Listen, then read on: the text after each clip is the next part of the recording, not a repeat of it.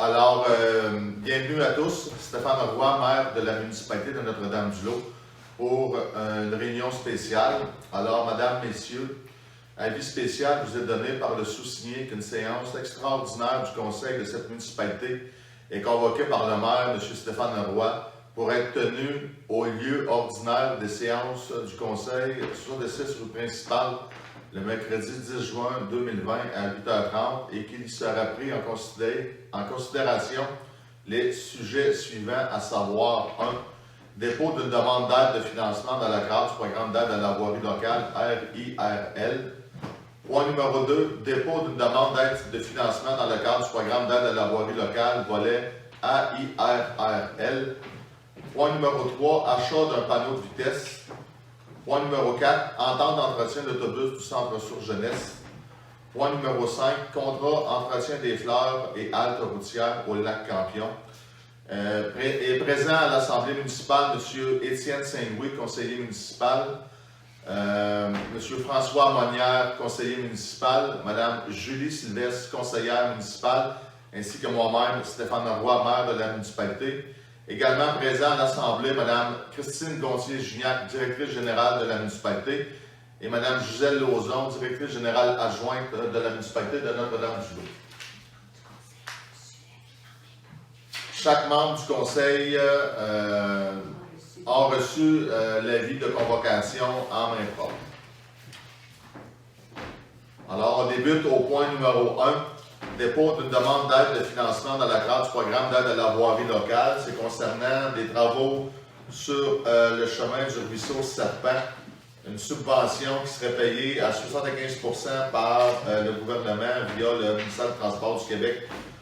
Et le montant de la municipalité serait de 25% de l'ordre de 70 296,33, une estimation. Alors, ça nous prendrait un proposeur et un secondeur pour déposer cette demande d'aide de financement. Voilà. Étienne Saint-Louis, je vais proposer. Étienne Saint-Louis propose un secondeur. Julie Sylvestre, je vais appuyer. Madame Julie Sylvestre appuie la demande. Point numéro 2, dépôt d'une demande d'aide de financement dans le cadre du programme d'aide à la voirie locale, volet AIRRL. Ce point est retiré de l'ordre du jour. Point numéro 3, achat d'un panneau de vitesse. C'est pour limiter les vitesses dans le secteur urbain et sur différents chemins municipaux. On en a fait l'achat au cours des dernières années et le conseil juge opportun d'acheter un deuxième afficheur de vitesse. Donc, ça nous prendrait un proposeur. François Monnière, je propose. Et un secondaire. Étienne Saint-Louis, j'appuie. Point numéro 4, entente d'entretien de l'autobus du centre ressources jeunesse. C'est un partenariat que la municipalité a avec le centre ressources jeunesse pour un partage d'autobus pour les activités du centre ressources jeunesse. La municipalité s'était engagée à faire l'entretien jusqu'à concurrence de 1 500 $ sur l'autobus à même ses propres locaux.